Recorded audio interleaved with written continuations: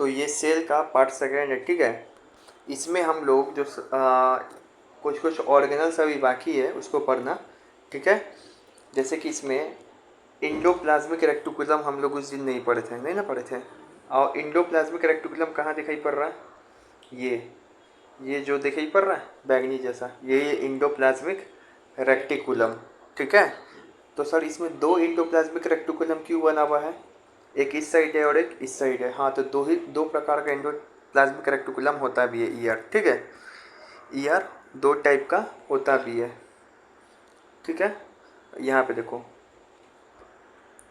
जो ईआर है, ये ईआर, इसको हम अपने मन से नाम दिए हुए नाला, समझो नाला ही टाइप का है, ठीक है। ये ईआर दो टाइप का है, ऐसे ऐसे दिखाई पड़ रहा है, एक इस साइड है एक इस साइड है। तो ये ट्यूब टाइप का है, देखो ऐसे ट्यूब जो होता है ना, ट्यूब, ट्यूब से क्या होता है, पानी आता जाता है, ये इसी टाइप का है। इसमें क्या होता है कि अगर न्यूक्लियस से कोई चीज़ सेल के बाहर जाना है ना, तो ये ट्यूब से होके बाहर चला जाएगा। और न्यूक्लियस से सेल के अंदर आना है, तो ये ट्यूब से होके सेल के अंदर आ जाएगा। तो क्या सिर्फ इसका यही काम है? नहीं, और भी काम है। तो ये जो ट्यूब है, ये वाला, इसके ऊपर देखो कि दाना दाना इसे नहीं दिखा रहा है, लेकिन ये ट्यूब है देखो काला काला इसे दाना दाना दिखा रहा है। तो जिसको दाना दाना रहता है काला काला जिसके ऊपर, इसको बोलेंगे रफ इंडोप्लाज्मिक रेक्टिकुलम। और जिस पे नहीं है दाना दाना, इसको क्या बोलेंगे? Smooth endoplasmic reticulum. पहली बात तो यही याद हो गया।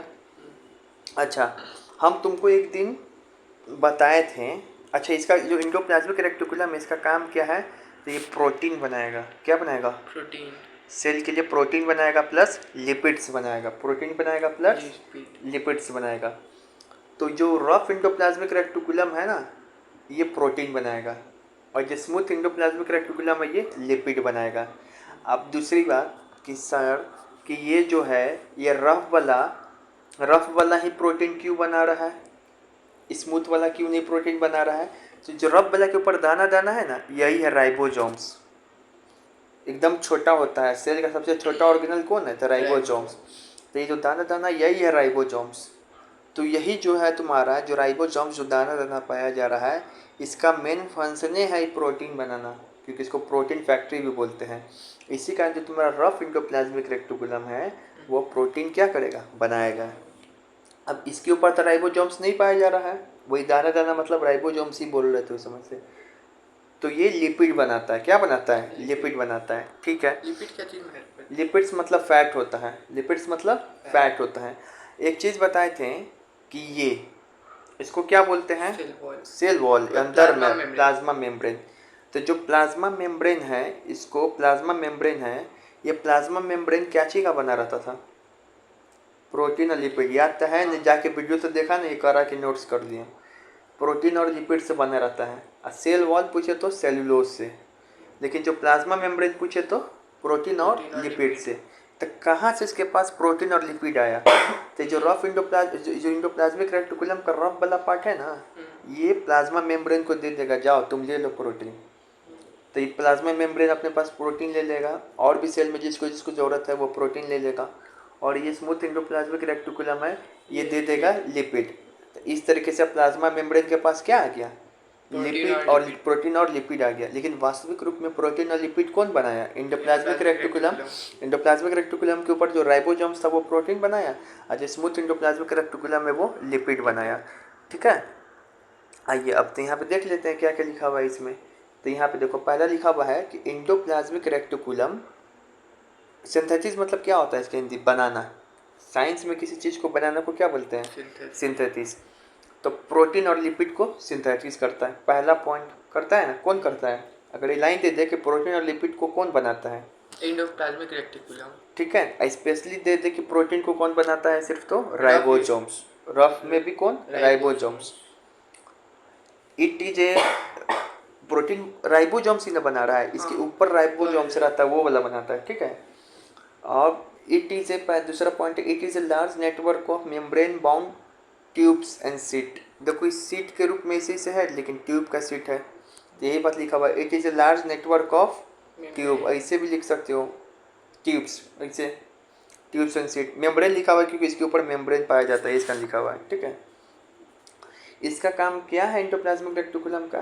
तो हेल्प्स इन, एक नाला हम बताएं कि नाला समझ जाओ तो हम लिखे हुए भी हैं, ईयर मतलब नाला समझ जाए इसको।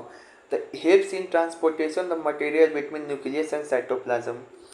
तो ये मटेरियल्स का ट्रांसपोर्ट करेगा न्यूक्लियस से साइटोप्लाज्म से, न्यूक्लियस और साइटोप्लाज्म के बीच, मतलब न्यूक्लियस निकल के कोई चीज़ कहाँ चल जाएगा पाइप के सहारे? साइटोप्लाज्म में। और साइटोप्लाज्म से कोई चीज़ कहाँ जाएगी पाइप के सहारे, मतलब ईयर के सहारे? न्यूक्लियस में। तो ये लाइन देके पूछेगा कौन करता है? तो साइटोप्लाज्म। और क्या करता है ये? Formation of plasma membrane. Plasma membrane के लिए क्या करता है? लिपिड्स और प्रोटीन बनाता है, ठीक है ना। प्लाज्मा मेम्ब्रेन का निर्माण कौन कर रहा है? यही तो कर रहा है, क्योंकि प्लाज्मा मेम्ब्रेन लिपिड्स और प्रोटीन से बनता है। तो 4 बात याद रखोगे कि ये बना रहता है, तुमको प्रोटीन बनाता है, प्रोटीन और लिपिड, ईआर बनाता है प्रोटीन और लिपिड। और ये लार्ज नेटवर्क है ट्यूब्स का, और ये हेल्प करता है ट्रांसपोर्टेशन मटेरियल के न्यूक्लियस और साइटोप्लाज्म के रूप में, क्योंकि इसके पास नाला जैसा संरचना है। और ये फॉर्मेशन करता है प्लाज्मा मेम्ब्रेन को, क्योंकि यही तो प्रोटीन और लिपिड का निर्माण करता है। अब ये 2 तरीके का है, एक होता है स्मूथ, ये तो कोई रफ है, और एक होता है स्मूथ। तो यहाँ वाला तो नहीं लिखना है, ये तीनों लिख लेना कॉपी में। अब हम बता रहे फिगर बना के, फिगर बना के लिखोगे तो वो पार्ट याद रहेगा। अब यहाँ पे पूछता है कि रफ एंडोप्लाज्मिक रेटिकुलम और स्मूथ एंडोप्लाज्मिक रेटिकुलम, इसके बारे में बताइए क्या अंतर है। तो रफ एंडोप्लाज्मिक रेटिकुलम उसको बोलेंगे जिसके ऊपर राइबोसोम क्या होगा? चिपका रहेगा। स्मूथ एंडोप्लाज्मिक रेटिकुलम उसको बोलेंगे जिस पर राइबोसोम क्या होगा? चिपका नहीं रहेगा। फिर जो छोड़ो, ये लाइन छोड़ो, ये वाला इम्पोर्टेंट नहीं है। फिर दूसरा क्या है कि जो रफ एंडोप्लाज्मिक रेटिकुलम में क्या बनाएगा? प्रोटीन की लिपिड, प्रोटीन, क्योंकि ये इसके ऊपर क्या है? राइबोसोम। तो प्रोटीन सिंथेसिस बाय राइबोसोम्स, ठीक है। और ये लिपिड सिंथेसिस, ठीक है। और जो बहुत सारा प्रोटीन है ना, वो इंजाइम भी बनाता है, इसी का ये इंजाइम भी बनाएगा। जो रफ एंडोप्लाज्मिक रेटिकुलम है इंजाइम भी बनाएगा, क्योंकि बहुत सारा प्रोटीन का नियम है कि वो इंजाइम भी बनाता है, तो इसका लिए इंजाइम भी बनाएगा। अब बहुत सारा लिपिड्स का नियम है कि वो हार्मोन बनाता है, इंजाइम हार्मोन ये सब जो होता है ना, तो बहुत सारा लिपिड का नियम है कि वो हार्मोन बनाएगा, तो इसका इसके ऊपर क्या चिपका रहेगा? Hormone. No role of detoxification, मतलब कि ये शहर में जो जहरीला चीज़ है उसका डिटॉक्सिफिकेशन नहीं कर पाएगा। कौन? एंडोप्लाज्मिक रफ वाला नहीं कर पाता है। मतलब कि जो होता है ना कि लीवर सेल में अगर किसी का लीवर सेल खराब हो जाता है, जैसे दारू वगैरह पीने से, अल्कोहल से या जहर से, तो कौन बचाता है? रफ बचाएगा कि स्मूथ वाला बचाएगा? स्मूथ वाला बचाता है, क्योंकि वो क्या करता है? डिटॉक्सिफाइंग करता है। यहाँ पे लिखो कि नो रोल ऑफ डिटॉक्सिफाइंग, ये इसका role of detoxifying in liver cell, ठीक है। तो ये याद हो गया, ये हो गया। दूसरा ऑर्गेनल्स है तुमको गोल्जी एपरेटस। कहाँ पर हम लोग? Golgi apparatus. तो गोल्जी एपरेटस इसमें कहाँ पर है? तो ये गोल्जी, वही बॉडीज एपरेटस जो भी बोलते रहे, तो ये वाला, ठीक है। तो ये वाला है। अब इसका काम क्या है? तो देखो, प्रोटीन तो बना दिया था कौन? प्रोटीन और लिपिड्स, ईयर शॉर्टकट में बोला ना, ईयर बना दिया था। अब जो ईयर जो है, ईयर समझो एक तरीके से फैक्ट्री है, और इसका नाम हम रखे हुए हैं गोल्जी एपरेटस का स्यूगी। तो फैक्ट्री में बन के, लेकिन स्यूगी वाला क्या करेगा? सामान को पैक करेगा, सामान को पैक करेगा, देखेगा उसको, पैकिंग वुकिंग करेगा अच्छा से। कोई चीज़ घटा रहेगा तो उसमें रखेगा, कोई चीज़ बड़ा रहेगा तो उसमें से निकाल देगा, उसका क्या करेगा? बाजार में सप्लाई। साइटोप्लाज्म बाजार है, तो ये पैक कुक करके ले कौन जा रहा है? गोल्जी बॉडीज ले जा रहा है। इसी कारण इसको साइंस के भाषा में बोला जाता है traffic police of the cell, लेकिन हम अपने से नाम रख दिए इसका स्यूगी, ठीक है। क्या नाम रख दिए? स्यूगी। तो इसको साइंस के भाषा में बोलते हैं traffic police of the cell, लेकिन अपने से नाम रख दिए हैं स्यूगी ऑफ द सेल, ठीक है ना।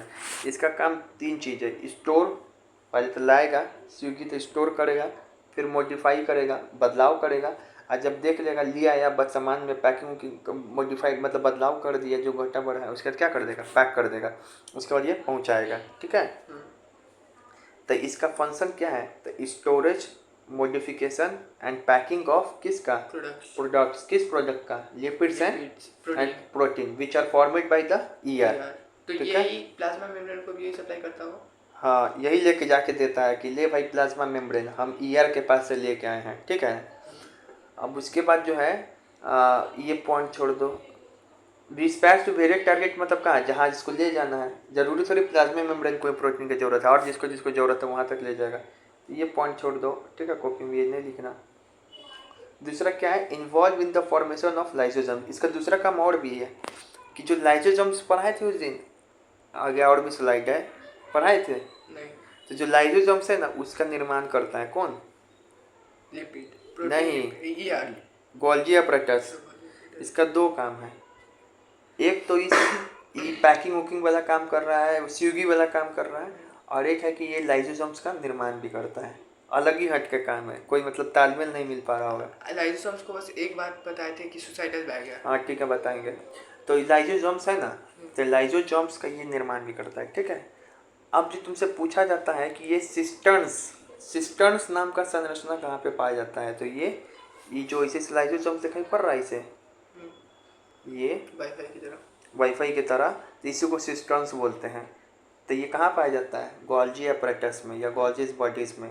The members bound vessel arrange near parallel to each other. देखो, member bound vessels arrange near parallel to each other in stacks, इसी को क्या बोलते हैं, जो इसे, हाँ मतलब इसे जो है ना बैक टाइप, मतलब यही झुंड, उसी को क्या बोलते हैं, सिस्टर्न। याद कर लेना, डायरेक्ट पूछ भी सकता है सिस्टर्न क्या है, या एमसीक्यू में पूछेगा कि सिस्टर्न कहाँ पे पाया जाता है, माइटोकॉन्ड्रिया में कि ईआर में पाया जाता है कि गोल्गी अपरेटस में पाया जाता है, तो आंसर मार के आएंगे गोल्गी अपरेटस। सिस्टर्न नाम का संरचना ये में पाया जाएगा। बहुत ही छुपा क्वेश्चन है, इसी का इम्पोर्टेंट लिख दिया गया यहाँ पे।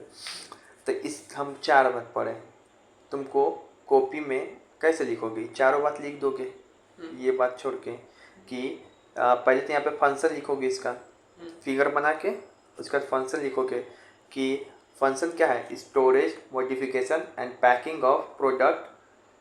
कौन सा product, product of lipids and protein, products like lipids and protein which are formed by the ER, ठीक है।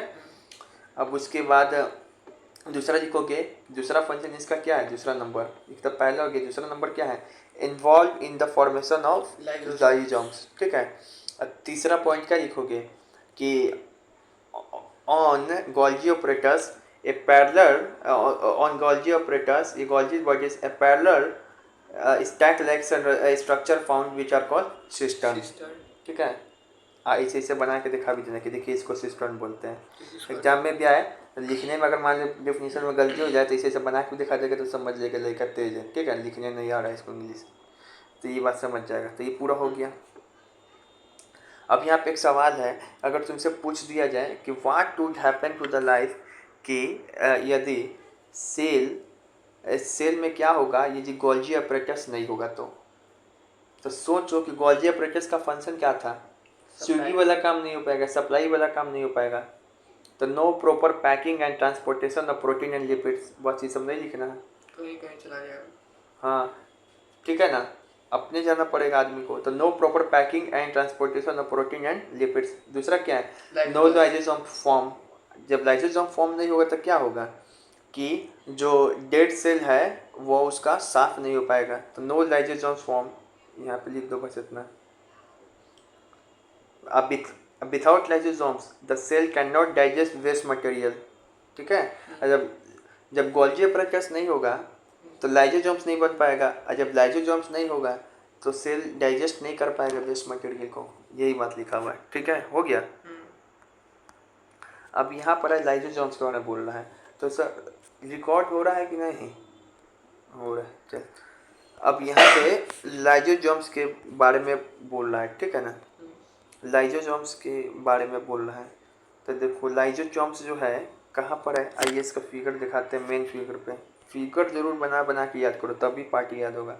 लाइसोसोम्स कहाँ पर है फिगर में, ये छोटा सा जो दिखाई पड़ रहा है पिंक, मतलब एक सेल में बहुत सारा लाइसोसोम्स हो सकते हैं। अब यहाँ दिखाई पड़ रहा है, एक यहाँ दिखाई पड़ रहा है, तो हर बार फटता होगा तो फॉर्म भी तो होता होगा।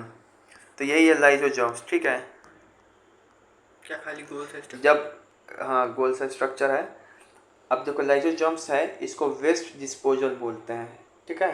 तो इसको समझ जाए एक तरीके से, दो तरीके से। ये जो है कचरा उठाने वाला काम करता है, और ये एक आतंकवादी की तरह भी काम करता है। इसका दो नाम रख दिए हुए हम, एक कचरा उठाने वाला लाइसोसोम्स को एक आतंकवादी वाला काम। कचरा उठाने वाला काम कैसे करता है, तो कचरा उठाता है कैसे आदमी, पानी से साफ सफाई करता है ना, तो इसके पास भी लाइसोसोम्स के पास एक पानी है जिसको बोलते हैं डाइजेस्टिव एंजाइम, तो उसी से क्या करेगा, साफ सफाई करेगा। तो इंडोक्राइन ईयर बना था, तो वो डाइजेस्टिव एंजाइम नहीं ना था, उसी तरीके का एंजाइम था। वो एंजाइम बहुत तरीके का होता है, ये डाइजेस्टिव एंजाइम है, ठीक है। और ये जो इसके पास एक तो क्या कचरा उठाने वाला काम, और एक काम क्या है, आतंकवादी की तरह काम कर रहा है। ये आतंकवादी जो देखता है अपने शरीर में बम बांधे रहता है, और देखता है कि कहीं आसपास में कुछ हलचल हो रहा है, अब मेरा जान स्थिति खत्म होगा कि अब हम नहीं बच पाएंगे, तो क्या कर लेता है, बम को फाड़ लेता है, अपने भी मरेगा ही, आसपास के लोग को भी मारेगा। तो इस सेल में भी ऐसे ही लाइसोसोम्स भी यही काम करता है, देखता है कि सेल में कुछ हलचल हो रहा है, इसे नहीं संभल पा रहा है, जो संभल पा रहा है डेड हो गया तो उसको तो साफ कर ही देगा डाइजेस्टिव एंजाइम से, लेकिन जो इसे नहीं संभल पा रहा है और हलचल हो रहा है सेल के अंदर, जब देख रहा है तो ये अपने आप को फटेगा, इसको सुसाइडल बैक कहते हैं, अब पूरा सेल खत्म हो जाएगा। जो समझ में आ गया, तो ये कहानी है। तो इसी का इसका 2 नाम रखे, कचरा के रूप में निकाल, कचरा साफ करने वाला इसके रूप में निकालता है डाइजेस्टिव एंजाइम, और आतंकवादी के रूप में ये सुसाइडल बैग्स, ठीक है। अब इसको याद करते हैं, तो sac filled with powerful digestive enzyme, या फिर इतना ही लिख सकते हो, लाइसोसोम्स फील्ड विथ, या lysosomes have a powerful digestive enzyme so act as a waste disposal system of the cell, ठीक है ना। दूसरा क्या है कि help in cleaning the cell by digest foreign materials, इनकी फॉरेन मटेरियल्स या डैमेज मटेरियल्स, ठीक है ना। Also known as suicidal bags, क्यों कि during cell disturbance the cell gets damage, cell disturbance के समय क्या होता है, सेल डैमेज होता है, तो लाइसोसोम्स में ब्रस्ट, ठीक है ना। तो यहाँ पे क्या क्या लिखोगे, तो ये लिखोगे, पहला लिखोगे कि लाइसोसोम्स हैव, सुनते रहो, lysosomes have powerful digestive enzyme so act as a waste disposal system of cells, ये पहला हो गया। इसको मन करे तो लिख सकते हो, वरना छोड़ सकते हो, अपने से बना के लिख सकता है कि helps in cleaning the cell of the material. दूसरा फंक्शन इसका क्या है, also act as a suicidal bags, ये तो डिस्पोजल बैग्स की तरह दिखा दिया। अब दूसरा क्या दिखा रहे हो, सुसाइडल बैग। अब इसमें क्या लिखोगे कि during cellular disturbance the cell gets damage the lysosomes में ब्रस्ट, जब सेलुलर डिस्टर्बेंस होगा तो सेल डैमेज हो जाता है, उस समय लाइसोसोम्स अपने आप को क्या करता है, फाड़ लेगा। तो ये याद हो गया, लिख लेगा इसे करके, ठीक है। जो बोला जा रहा है वही लिखना, ही नहीं कि अपनों से छाप छापने लगना जैसे तैसे, ठीक है। वैक्यूल्स मतलब क्या होता है, तो वैक्यूल्स का काम है तुमको एक टर्जिडिटी देना, रिजिडिटी देना, स्टोरेज, मतलब कुछ चीज़ का समझ जाओ कि एक तरीके से ये, इसका नाम क्या रख सकते हैं, तो इसका नाम एक तरीके से रख सकते हैं स्टोर हाउस, क्या रख सकते हैं, स्टोर हाउस, स्टोर रूम कर सकते हैं इसमें। तो देखो पहला तो यही बात है कि स्टोरेज सैक, क्या ये स्टोरेज सैक है। दूसरा ये है कि ये हर एक जो ऑर्गेनल, अभी जितना भी सेल ऑर्गेनल पढ़ाए हैं, तो माइटोकॉन्ड्रिया का जितना बड़ा साइज तुमको प्लांट में है उतना बड़ा साइज एनिमल में भी है, राइबोसोम्स का जितना बड़ा साइज प्लांट में उतना बड़ा एनिमल में भी है, लेकिन केवल वो यही जो वैक्यूल्स है इसका साइज प्लांट और एनिमल में क्या होता है, चेंज हो जाता है। प्लांट में ये बहुत बड़ा इसका शेप पाया जाएगा, तो ये बहुत बड़ा शेप पाया जाएगा ना, तो इस समय बहुत बड़ा पाया जाएगा, यहाँ तक कि ये 50 से 90% जगह के लिए तुमको जो कि प्लांटे वाला है, कितना बड़ा वैक्यूल है, बहुत बड़ा, इसका न्यूक्लियस क्या है, थोड़ा छोटा हो जाएगा, साइड में चला जाएगा। लेकिन एनिमल में ये छोटा पाया जाता है, इसका न्यूक्लियस क्या आ जाता है, बीच में आ जाता है। तब वैक्यूल किस में पाया जाता है, बड़ा पाया जाएगा, प्लांट में कि एनिमल में, प्लांट। कैसे याद कर सकते हैं, तो एनिमल तो खुद बड़ा, और कितना बड़ा वैक्यूल पाया जाएगा, ऐसे याद कर सकते हैं।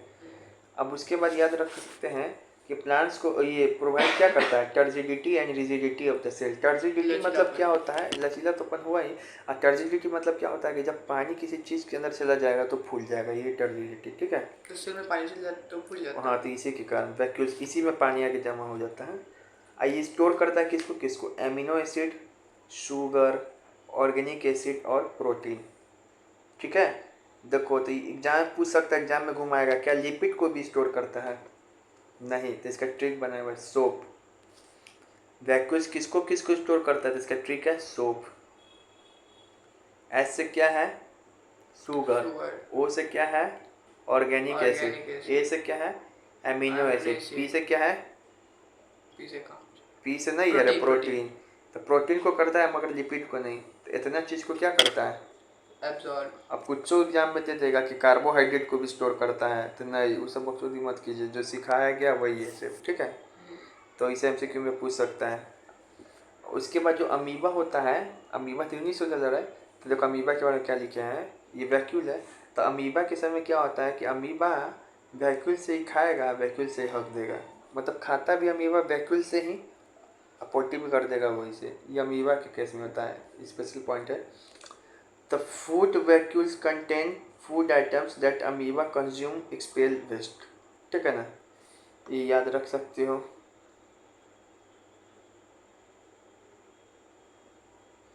ठीक है।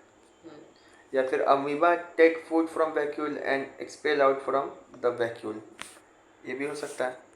तो अमीबा में मेन वैक्यूल ही होता है क्या? खाने पीने के लिए रिस्पॉन्सिबल। खाने पीने हगने के लिए ही रहता।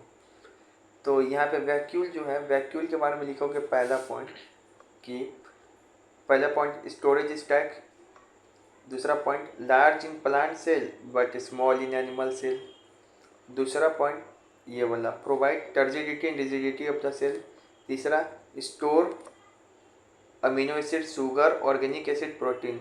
ट्रिक में सॉप यहाँ पे नोट करके लिखना, in amoeba unicellular role of vacuole, ठीक है ना, ये बात लिख देना, ये बात मन करे तो ये भी लिख देना।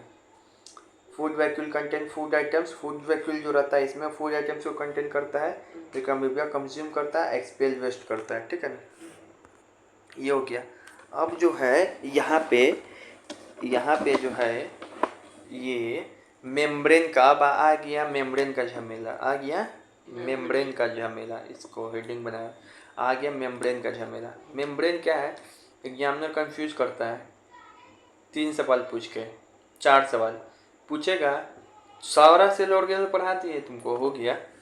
पूछेगा कि ऐसा कौन सा सेल ऑर्गेनल है जिसके अंदर अपना डीएनए खुद का पाया जाता है। ऐसे तो सारे सेल ऑर्गेनल, ऐसे तो सेल में एक ही जगह डीएनए होता है, कहाँ पे? थोड़ा नहीं, न्यूक्लियस में। लेकिन न्यूक्लियस के अलावा भी कुछ ऐसा ऑर्गेनल है सेल के अंदर जहाँ पे अपना सेल ऑर्गेनल भी पाया जाता है, सॉरी डीएनए पाया जाता है। पहला सवाल ये पूछेगा।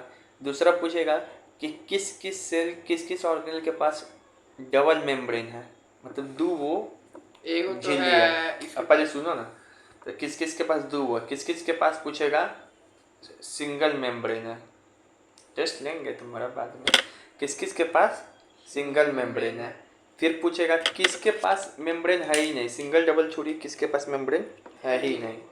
तो 4 तरीके का सवाल है। तो सुनो, जिसके पास डीएनए होता है ना, उसके पास डबल मेम्ब्रेन भी होता है। जिसके पास अपना डीएनए होगा, जिस ऑर्गेनल के पास, उसी के पास अपना डबल मेम्ब्रेन होगा। तो डी से डीएनए, डी से डीएनए, डी से डबल मेम्ब्रेन। तो न्यूक्लियस, माइटोकॉन्ड्रिया, प्लास्टिड, इन सभी के पास अपना डीएनए भी होगा और डबल मेम्ब्रेन भी होगा। सॉरी, याद कैसे रखे थे, इसका एक ही ट्रिक है, ट्रिक बना हुआ है, आप देखो ट्रिक ऐसे, MNOP बोलते, KLMNOP, MNOP। तो इसमें से O काट दो, O कुछ नहीं है, O से है कोई ऑर्गेनल का नाम नहीं ना। तो M से मतलब माइटोकॉन्ड्रिया, N से मतलब न्यूक्लियस और P से मतलब प्लास्टिड। तो MNOP के पास क्या है? डबल मेम्ब्रेन प्लस डीएनए है। बाकी जो बच गया इधर, जो endoplasmic reticulum, Golgi apparatus, lysosomes, vacuoles, इसके पास डीएनए नहीं है अपना, यानी सेल के डीएनए पर ही निर्भर है, और इसका ये सिंगल मेम्ब्रेन है।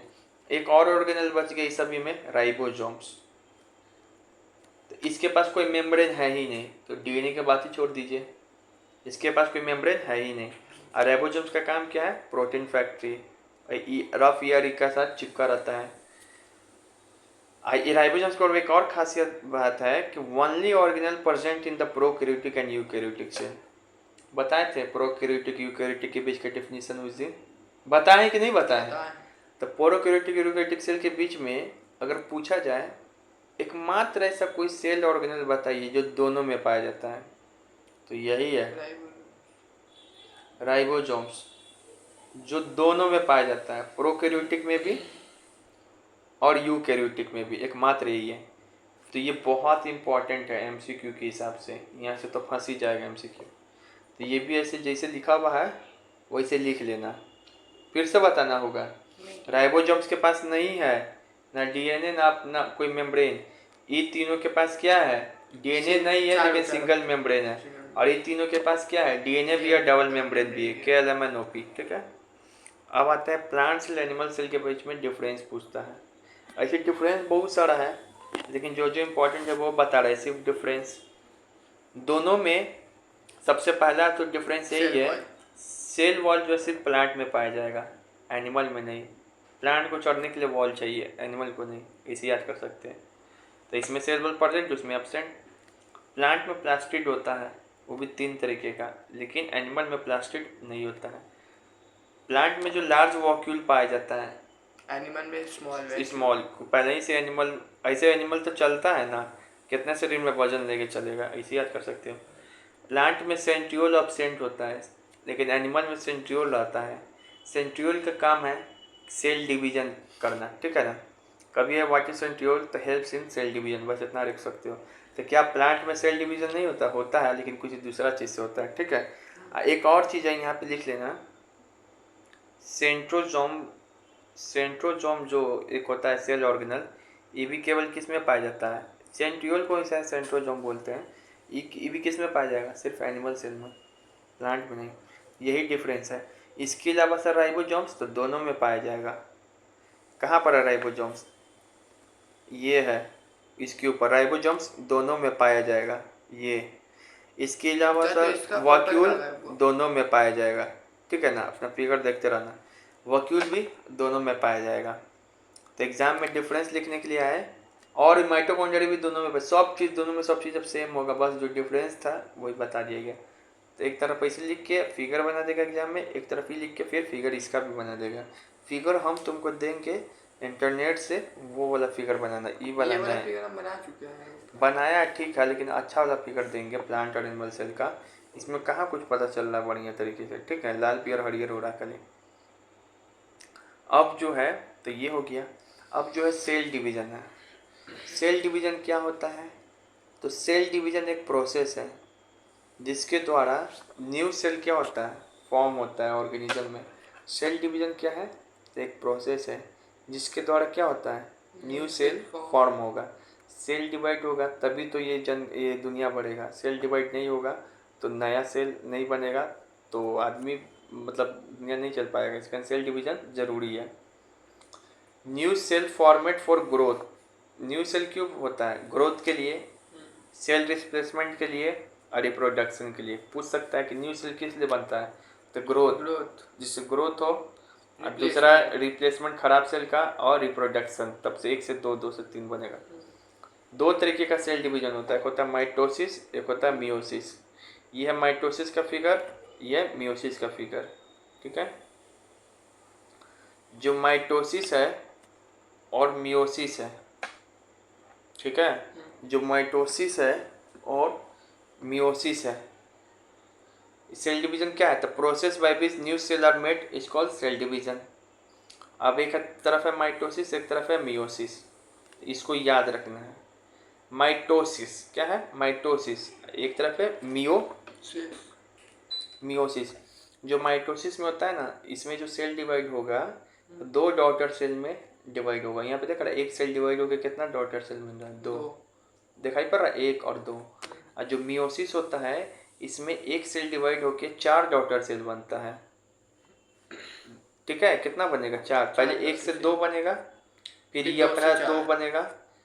तो याद रखेंगे, जो माइटोसिस होता है उसमें 1 से 2, लेकिन मियोसिस में 1 से 4 बनता है। ये एक हो गया, ये वाला जोड़ो ना खाली, 1 से 4, ठीक। उसके बाद जो क्रोमोसोम्स होता है, तो देखो माइटोसिस में देखो यहाँ पे ये क्या है, पेरेंट सेल है, और ये कौन सा सेल है, डॉटर सेल। तो जो पेरेंट सेल्स में बताओ क्रोमोसोम्स कितना है यहाँ पे, 1 2 3 4, इसमें भी जोड़ लो कितना हो जाएगा, 1 2 3 4। तो माइटोसिस में एक सेल 2 सेल में डिवाइड होगा, वो बात सही है, लेकिन क्रोमोसोम्स का संख्या सेम रहता है डॉटर सेल में भी। मदर सेल बोलते हैं, पेरेंट सेल नहीं, गलती से बोल दिया। मदर ही होता है बायोलॉजी में, पेरेंट को नहीं होता, तो पेरेंट भी बोल सकता है, कोई गलत नहीं होगा। तो जो क्रोमोसोम्स है क्या होगा, 4 ही रहेगा, सेम नंबर में रहेगा एस मदर सेल। लेकिन जो मियोसिस है क्रोमोसोम्स आधा हो जाता है। यहाँ पे कई वो है, जो 4 वो है, लेकिन इसमें कितना हो गया, 2 वो, फिर इसमें कितना हो गया, 2 2। तो जो मियोसिस होता है उसमें क्रोमोसोम्स क्या हो जाता है, आधा हो जाएगा। जो माइटोसिस होता है इक्विटेशनल डिवीजन होता है, लेकिन इसमें रिप्रोडक्शनल डिवीजन होता है। शब्द हमको नहीं पता है, इसे याद कर लो, ठीक है ना, MBBS थोड़ी करने जा रहे हैं। जो माइटोसिस होता है इसका काम क्या है, तो helps in growth and repair of tissue. कहीं पे कट फट जाएगा ना, तो वहाँ पे जो सेल डिवाइड होकर नया चीज़ आ जाएगा, चमड़ा, तो माइटोसिस हो रहा है। और ये कब होता है sir, the required for the production of gametes. तो जब ओवम स्पर्म से जब टकराएगा तो वहाँ पे गेमेट्स बनता है, मतलब बेबी के लिए। तो उस समय क्या होगा, ड्यूरिंग सेक्सुअल इंटरकोर्स, तो उस समय होता है मियोसिस। समझ में आ गया। तो माइटोसिस कब होता है, मियोसिस कब होता है। तुमसे कभी पूछ दे रिप्रोडक्टिव सेल में कौन सा सेल डिवीजन होता है, माइटोसिस की मियोसिस, मियोसिस। तो दुनिया के हर एक चीज़ में तुम्हारे ऊपर से बॉडी नीचे तक सब जगह क्या होता है, माइटोसिस। केवल एक जगह क्या होता है, मियोसिस।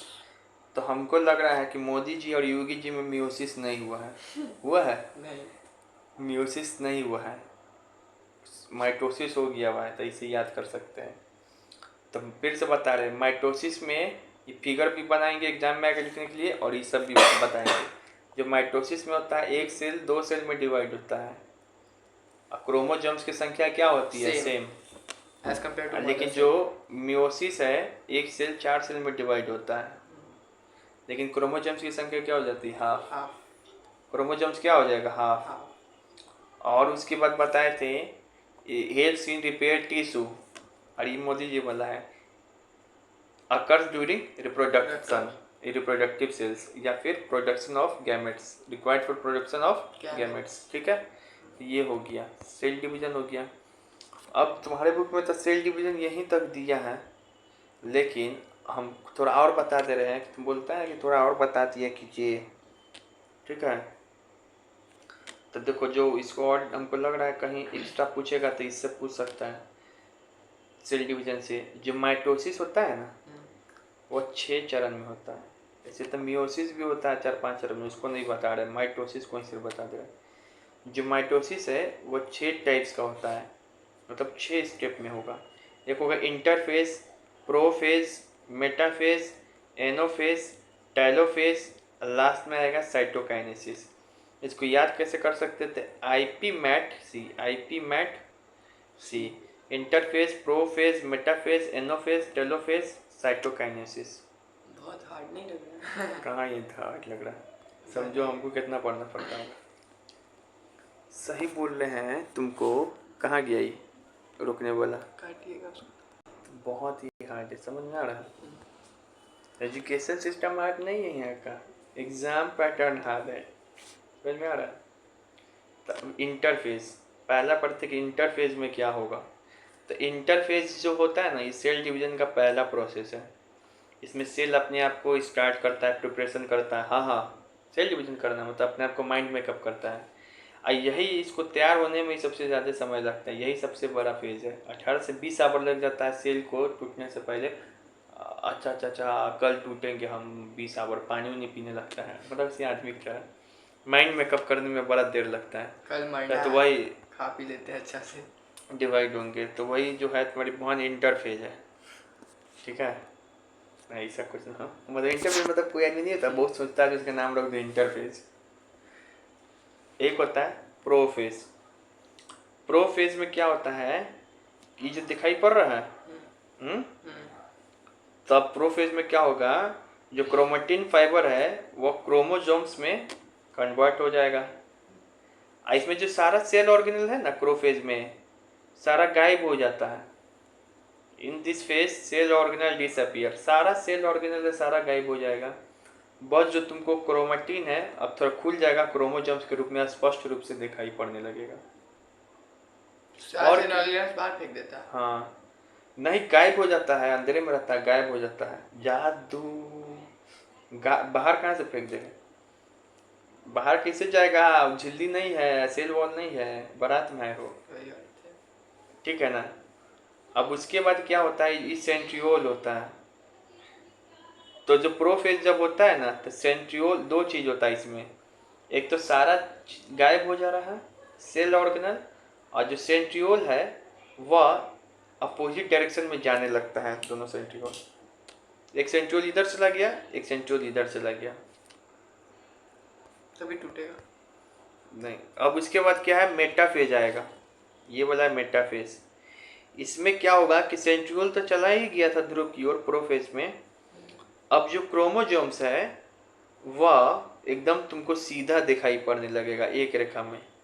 पहले से जैसे तैसे था, अब एकदम सीधा दिखाई पड़ने लगेगा। दिखाई पड़ रहा है? फिर आएगा एनाफेज। फिर क्या आएगा? एनाफेज आएगा। तो एनाफेज में क्या होगा कि ये जो है सेंट्रोसोम अब सीधा खड़ा हो जाएगा, इसे आ जाएगा, चाहे ऐसे ही यहीं पर आएगा, आधा टूट के ऊपर की ओर जाने लगेगा, आधा आधा, और आधा आधा सेंट्रोसोम टूट के नीचे की ओर जाने लगेगा। तो सेंट्रोसोम भले क्रोमोसोम से, ये क्रोमोसोम्स कब डिवाइड होके पोल की तरफ जाता है? तो एनाफेज में। सेंट्रोसोम कब पोल की तरफ जा रहा था? तो प्रोफेज में। फिर क्या होगा? तब टेलोफेज आएगा। टेलोफेज में क्या होता है, सेल जो है सेपरेट होना शुरू होता है, लेकिन अभी सेपरेट नहीं हुआ है, देख रहा था यहाँ पे लास्ट में आएगा साइटोकाइनेसिस, दिया है, हाँ आएगा लास्ट में आएगा साइटोकाइनेसिस। तो ये ऐसे था ना, अभी दोनों अलग हो जाएगा। साइटोकाइनेसिस में क्या होता है कि न्यूक्लियस अलग हो जाएगा, तब बस हो गया सेल डिवीजन। तो यहाँ पे न्यूक्लियस अलग हो रहा है क्या? हाँ, साइटोकाइनेसिस में, ठीक है ना। अब फिर उसके बाद सारा सेल ऑर्गेनल जो है आ जाएगा, ठीक है। तो देखो 6 प्रोसेस बताएं प्रोफेज में, इधर से 6 प्रोसेस है। प्रोफेज इंटरफेज में सेल डिवाइड करने का तैयारी कर रहा है। प्रोफेज में क्या होगा कि सारा चीज गायब हो जाएगा, सेंट्रियोल है, क्रोमोसोम्स दिखाई पड़ने लगेगा स्पष्ट रूप से, क्रोमोसोम दिखाई पड़ेगा लेकिन स्पष्ट रूप से अभी भी नहीं दिखाई पड़ेगा। और सेंट्रियोल जो सेंटर की ओर जाने, पोल की तरफ जाने लगेगा। और उसके बाद जो मेटाफेज है, मेटा मतलब मिडिल, तो मिडिल में एकदम सेंटर के ओर में क्रोमोसोम्स तुमको एक लाइन से खड़ा दिखाई पड़ने लगेगा। एनाफेज में क्या होगा? एनाफेज में होगा कि जो क्रोमोसोम्स भी अब क्या होने लगेगा, पोल की तरफ जाने लगेगा। टेलोफेज में क्या होगा, सेल डिवाइड होना स्टार्ट होगा।